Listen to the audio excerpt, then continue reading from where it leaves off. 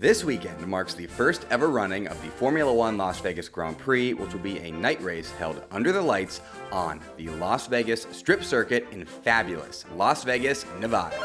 As the name suggests, this is a temporary street circuit that contains the iconic Las Vegas Strip, down which Formula One cars will be zooming past the world's most famous hotels and casinos at over 200 miles an hour in what is sure to be the motorsport spectacle of the year that also promises to be wildly chaotic due to a number of factors that I'll get into now. Jeba!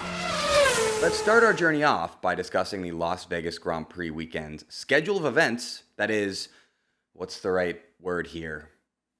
Unique? The Las Vegas Grand Prix race weekend begins not on a Friday like normal, but rather a day earlier on Thursday, November 16th, with Free Practice 1 taking place at 8:30 p.m. local time. Free Practice 2 then takes place that same night, but at midnight local time, so it's technically on Friday, November 17th. Free Practice 3 is also on Friday, but it takes place 19 and a half hours after FP2 at 8:30 p.m. local time, with qualifying then taking place not long after. But again, qualifying is technically on the following day as it is scheduled for midnight local time on Saturday, November 18th. And the Las Vegas Grand Prix is 21 hours later that same day at 10 p.m. local time. Whew, thank goodness that it is such a straightforward schedule. I almost got confused there for a second. To understand that unique schedule, you must first understand this. Oh my gosh, my dog's coming in frame. Millie, look, say hi to the people, Millie. To understand that unique schedule, you must first understand this. The Formula One Las Vegas Grand Prix has an unsolvable problem. When it comes to the plan for bringing Formula One to the iconic Las Vegas Strip, the idea was always that it had to be a night race because the Las Vegas Strip is the nightlife capital of the world, and the race was meant to promote that. I mean, Las Vegas and nights go together so well that the city literally named its NHL hockey team the Golden Knights in a sort of like double entendre situation. But there is a pretty massive issue when it comes to hosting a night race in Las Vegas. 8 p.m. Sunday is the normal local start time for a Formula One night race, and that would not even come close to working in this case. Why? Because 8 p.m. Vegas time is 4 a.m. UTC/London time, which would mean Formula One's massive European audience would be asleep for the race. Even if they did want to wake up for the race because they're dedicated F1 fans, they'd have to wake up early on a Monday workday to watch it, which is just not realistic and would obviously result in terrible live viewership numbers for Formula One. So how did F1 try to fix this problem? Rather than scheduling the race for the usual 8 p.m. Sunday, they scheduled it for 10 p.m. Saturday. This accomplished two things for Formula One. It made it feasible for F1's European fan base to watch the race by waking up early on Sunday morning, and it made it so that those who attend the race in Las Vegas get to go party all Saturday night long on the Las Vegas Strip afterwards, which admittedly sounds awesome. However, the reason I call this problem unsolvable is because it's literally impossible for Formula One to have made everyone happy here, given how time zones work. Again, abolish time zones. I think they're stupid. Let's all have one time. But time zones do exist. So who ended up getting the shortest end of the stick here? That would be the 48% of Americans who live on the East Coast of the United States, for whom qualifying is at 3 a.m. Saturday morning and the Grand Prix is at 1 a.m. Sunday morning. This Grand Prix is groundbreaking in that it very clearly prioritized its international audience over the audience of its host country. Formula One is nothing if not innovative and groundbreaking. Now you probably think that because I'm American, I'm about to launch into some tirade about how unfair it is that Formula One did not cater the Las Vegas Grand Prix to Americans. And if so, boom, Uno reverse card. I fully support Formula One catering this race to Europeans over Americans because maybe, just maybe, people around the world will get slightly less mad about the United States having 3 races when they realize that one of them is not even catered to Americans. Now that's probably wishful thinking and people are still going to be mad at us for having 3 races, but I just wanted to put that idea out into the world. Anyways, enough about that weird schedule. Let's talk about the race itself. To get you better acquainted with the newest addition to the F1 calendar, here are 3 Las Vegas Grand Prix fun facts. Fact 1, The Las Vegas Strip Circuit is one of just 3 current Formula One circuits to feature a pit straight that is not a DRS straight. Vegas's circuit features 2 DRS straights, neither of which encompass the start-finish line. The only other 2 current Formula One circuits with the same unique feature are Silverstone and Abu Dhabi. Fact 2. While the Las Vegas Strip Circuit is a temporary street circuit, not all of it is temporary. Formula One spent $240 million purchasing a massive, completely empty lot just off the Las Vegas Strip, and then they put a boatload more money into that empty lot by turning that empty lot into a state-of-the-art 300,000 square foot permanent paddock complex that also houses a small chunk of permanent racetrack and, in classic Vegas fashion, a wedding chapel. This race is organized and promoted by Formula One itself, not a third-party Grand Prix organizer who pays for the rights, which is why Formula One has invested so unbelievably heavily into this race and trying to make it work. They are very committed to making this race a success for financial reasons, mostly. And fact 3, the Las Vegas Strip Circuit contains the longest straight in all of Formula One. Despite containing one turn 13, the Las Vegas Strip Straight should be taken flat out by all drivers and comes in at 1.9 kilometers or 1.181 miles in length, making it F1's longest straight. The Las Vegas Strip is the reason Formula One came racing here in the first place, so it's not a shock that they wanted to get their money's worth by racing down it for almost 2 kilometers. Now I should note that Baku does also claim to have the longest straight at 2.2 kilometers, but that straight has a lot more listed corners than Vegas's one. So it's kind of hard to say who has a better claim here. Let me know who you think has the better claim in the comments. Go comment right now, please. I need you to. Here's a bit more information about the Las Vegas Strip Circuit. Let's get this out of the way first. Yes, it totally looks like Spider-Pig from the Simpsons movie. That's undeniable. Now that that's out of the way, the Las Vegas Strip Circuit is 6.201 kilometers or 3.853 miles in length, which means the race distance consists of 50 laps, one for each state. USA, USA, USA. This is a long circuit, folks. It's the second longest circuit on the entire F1 calendar behind Spa and the 12th longest circuit in F1 history. The circuit contains 17 turns and 2 DRS straights, with the second of those 2 DRS straights being on the Las Vegas Strip. My personal favorite parts of the circuit are that turn 5 doesn't exist according to F1's official circuit map, which I'm not quite sure how you miss that. And also, I love the turn 6 to 9 complex that goes around that bizarre sphere thing that is like the Eye of Sauron and will surely be broadcasting some wild images all race weekend long. Now let's cut to producer Jeff, who's on the Formula One pit wall in Las Vegas. Producer Jeff, radio check.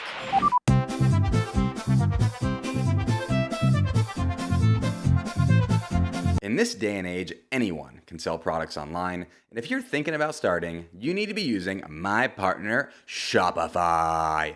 Shopify is the best all-in-one commerce platform capable of handling your business's complexity no matter how big you grow. Step up to Shopify and harness the best converting checkout and the same intuitive features, trusted apps, and powerful analytics used by the world's leading brands like Ruggable and Allbirds. After months of hard work creating the look and feel of your brand, it is soul-crushing when your commerce platform makes it blend in with the rest. When you switch to Shopify, you'll regain control over your brand's look and store functionality thanks to stylish, no-code themes, customizations, and advanced shopping features that keep your customers coming back. Why spend time trying to build an online store with someone besides Shopify when Shopify stores convert the best? The answer is you shouldn't.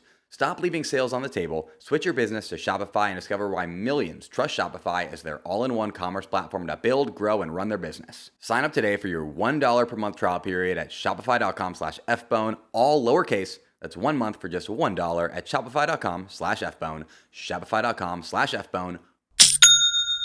Next up, I'd be remiss if I didn't mention that the Las Vegas Grand Prix is set up to be one of the most chaotic, unpredictable F1 weekends ever because of the sheer volume of unknowns surrounding it. I'm more excited for the Las Vegas Grand Prix than I have been for any F1 race in a long time because I have absolutely no idea what's about to happen. First off, this circuit has literally never been driven on before, like by anyone. Until the cars first start putting rubber down on it Thursday night, we have no clue what its level of grip looks like, how bumpy it is, how well it flows, what ride heights are going to look like, where trouble areas are, what the exact racing line is, or anything.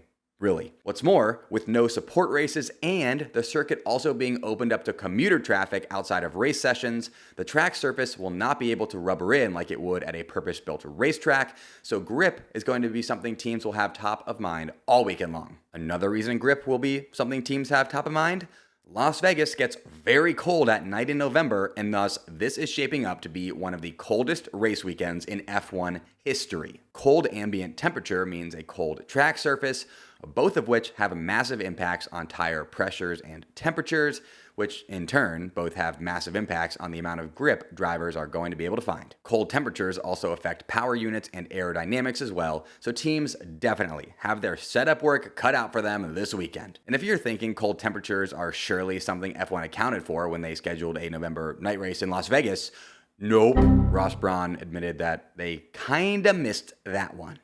It's a shame, too, because the weather is actually literally perfect for a daytime race this weekend. And finally, there's been so much publicity, both good and bad, surrounding this race that I legitimately cannot tell if it's going to be a smashing success or a complete and utter flop. It's like Formula One's Firefest, except if Firefest had a 50-50 chance of either being a complete failure or a total success, instead of a 100% chance of ending with this sandwich. The stands say that with the grandeur of the venue and how Formula One has invested so much money and resources into the success of this event, it literally cannot fail, and it's going to become a centerpiece of the F1 calendar, while the haters and losers, of which there are many, say it's just another unnecessary American race, it's poorly planned, it's too expensive to attend, it's disrupting life for Las Vegas residents, the scheduling of it all stinks, and plenty more complaints. At the end of the day, this is a Formula One race where we can all honestly tell ourselves that anything could happen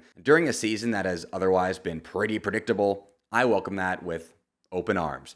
With arms wide open under the sunlight. As far as what you should be watching for, aside from what should be general chaos, Checo Perez and Lewis Hamilton are currently engaged in a hard-fought battle for P2 in the Drivers' Championship, with just 32 points separating the pair and a possible 52-point differential still up for grabs. Lewis Hamilton is trying to get back to his top two ways after last season's regression, while Checo is trying to give Red Bull their first ever 1-2 finish in the Drivers' Championship. Then you have Logan Sargent, for whom this race will be the most important one of his F1 career thus far. Logan's seat is the only one on the grid not yet accounted for 2024, with Logan needing to pull a rabbit out of a hat in these next two races to make sure he still has a drive in F1 next season. Now this circuit should, again, I say should because we have no clue, we've never seen this circuit before, suit the Williams car well with its long straights.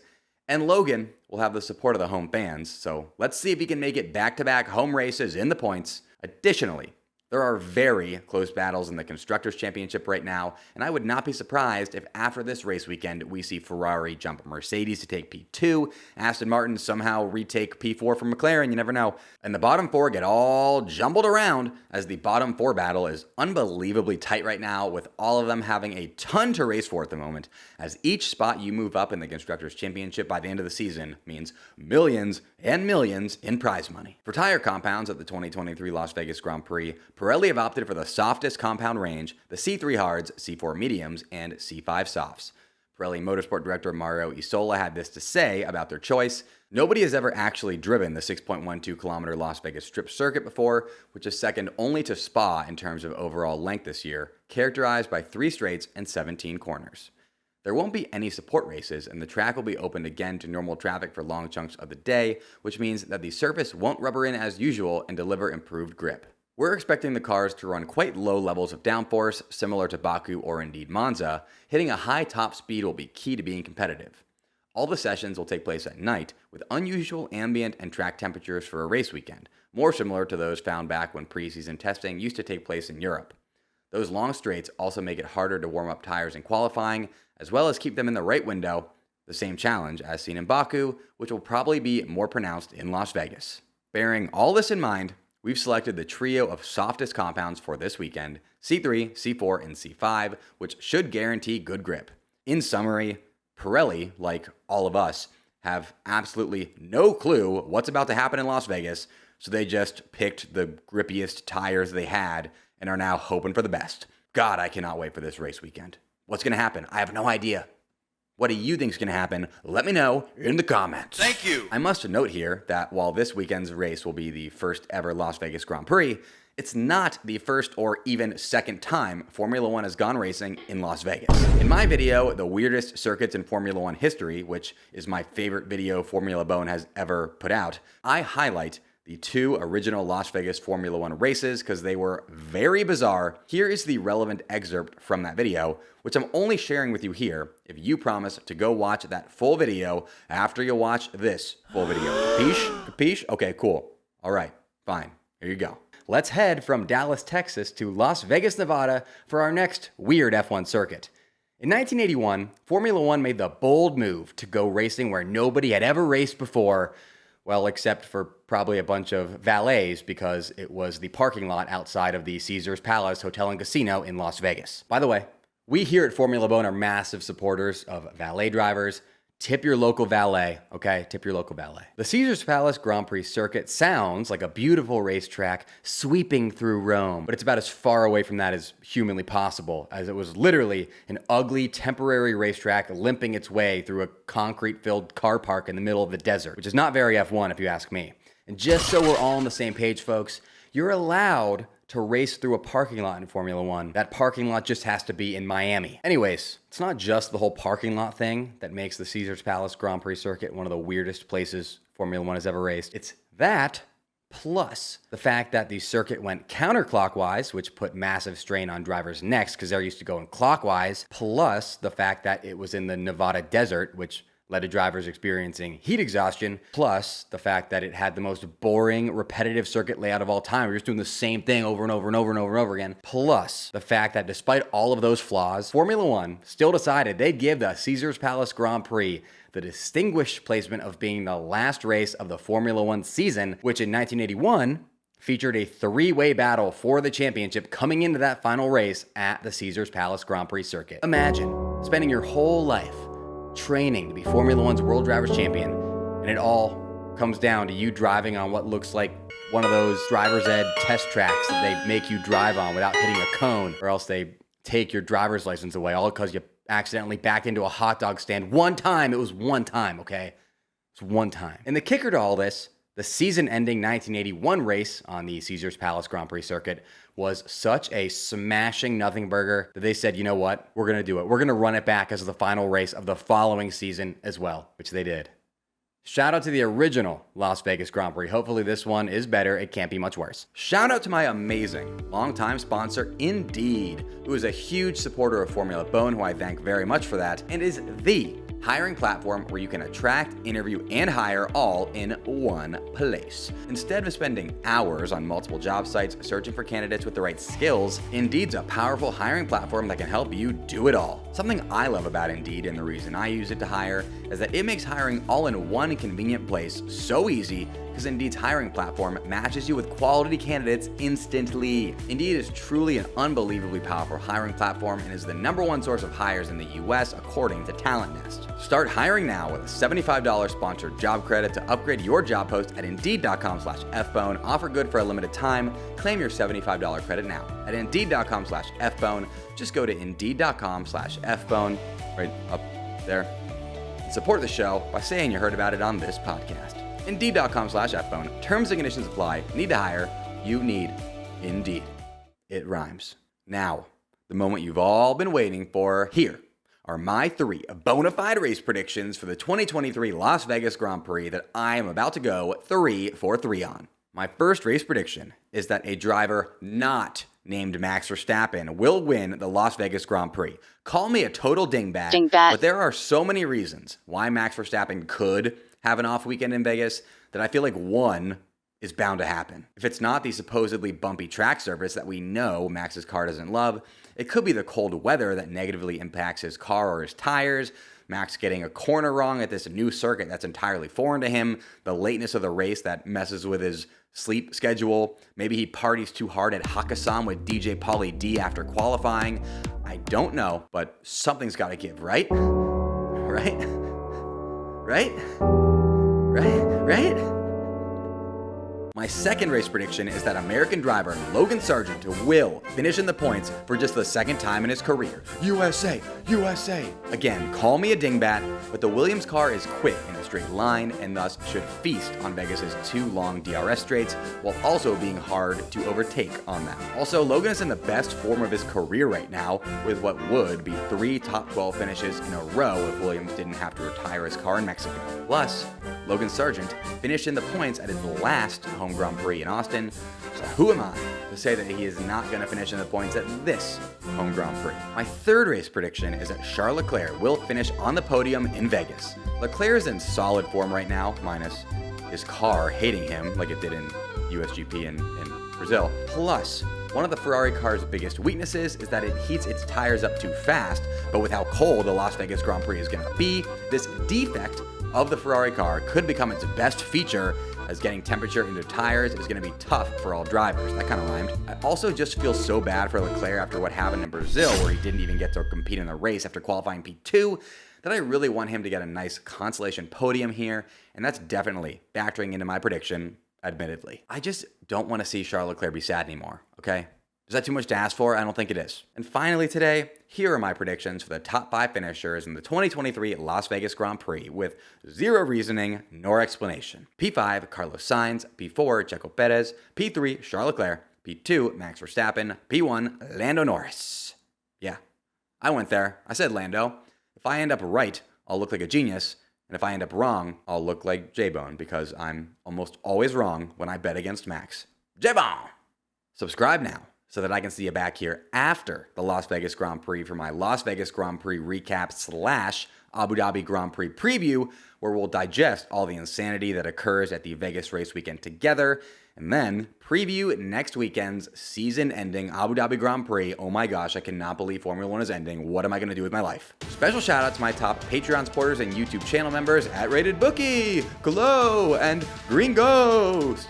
And last but not least, make sure to check out the Formula Bone merch shop via the link in the description and the pinned comment to pick up the greatest Formula 1 inspired merch known to man that ships globally, comes in a zillion colors and sizes, and was all designed by me, J-Bone.